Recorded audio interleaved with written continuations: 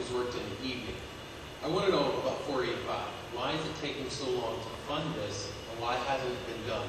I don't know how long it's been going on, but ever since I've moved through Charlotte, it's been going on. So it's at least 13 years.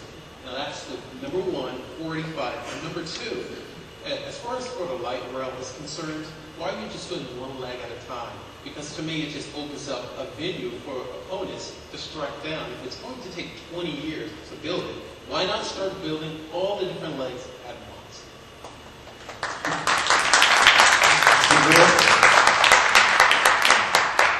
Thank you. I'll speak to the 485 completion. Basically, the funding is not available for the completion at this particular time. There is going to be, the governor right now is in the process of appointing a study committee to deal with transportation needs. There is a deficit in the transportation fund. And I'll tell you, in this past legislative session, we froze the gasoline tax, which contributes into the highway construction. And that was because many, many constituents of our constituents across the state were complaining about gas tax. That took a huge chunk in future years out of the Highway Trust Fund. So it's hard to have it where we're cutting resources going into that fund, and we are trying to build the loop, or complete the loop around the city. Thank you. Mr. Mayor? The state has a formula called the equity formula, and it's the farthest thing from equity that you can imagine, because the equity formula and how roads money is distributed in the state have nothing to do with congestion, the number of cars, or the environment. It's not even a part of the formula.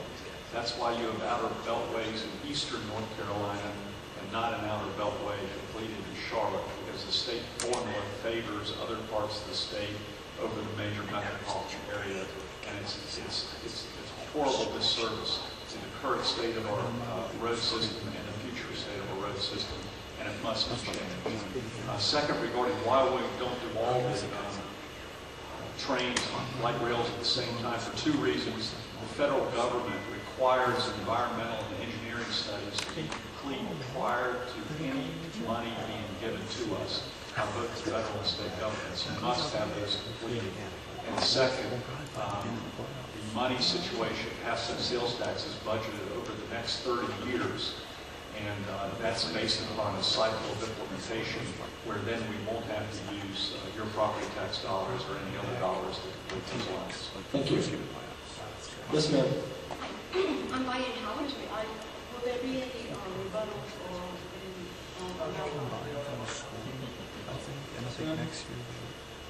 I wanted to know what happened to the agenda for children in 2004. It seems like it was going well, and then it just sort of fizzled.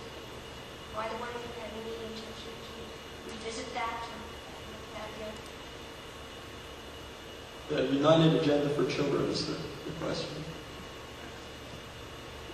I believe that was a nonprofit effort throughout the community. That was, in fact, I attended many of those meetings. Let me tell you where I followed through on that. One is in the area of mentoring. I started the Mayor's Mentoring Alliance, in which I brought together 55 mentoring organizations, and I mentor myself, and I think that will have more of an impact on children than anything else, is because of the breakdown of the family. And throughout this country and the city has been one of the worst things that ever happened. We've got to give these kids some guidance, and I try to do that by working with mentoring organizations and doing it myself. The other thing, and I want to credit the City Council for this, both Republicans and Democrats, is trying to help with some after-school programs. We do need to do a better job of coordinating where that money goes to and making sure it's part of an overall strategy with the school system and the county. But that is another area where the city has stepped up to the plate. Zero? I am not familiar with the program that you're speaking of, but in Raleigh, I have always supported many programs that work for children, and that's what I will continue to do. I've always supported human service issues and looking out for children. And I would also like to say about since I have some more time, I would also like to say about the widening of 85 in the southern area was a special request from our city leaders to widen the southern part of 485 as opposed to completing the northern end. And so that is something that I think that the northern, one of the reasons that the northern loop has not been completed. Yes, ma'am. Next question.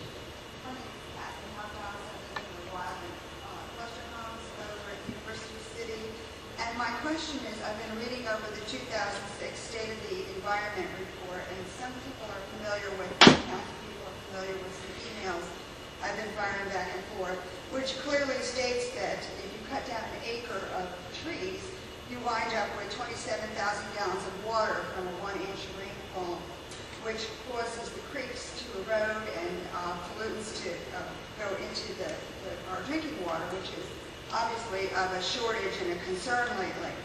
The emails back and forth have implied that the council has an environmental committee which is chaired by Anthony Fox. So this is also a question for the council. And they're considering, and I'm emphasizing considering, revising the stream buffer requirements, including open spaces, structuring stormwater controls to protect watersheds and water quality. And this person who emailed me implies that local stakeholders really want that and recommend tightening these protective measurements. But the costs are... Can we have the question? The costs are passed on to developers, so this is not highly liked by them. But the question is, who's going to be our czar for environmental protection? We have recommendations. We know what the right thing to do is, yet development is adding to the problems of our water sources, our streams, our open spaces. I want to know who's going to stand up and do what we know we should do. We don't have federal requirements saying that we shouldn't do these things, so who's going to do that? The question is, how do we better enforce environmental restrictions and development in Charlotte? Thank you. I would just like to say that I have always supported environmental issues in the legislature. On the report card that is done for environmental legislation, I've always received an A, and I will always continue to protect the environment.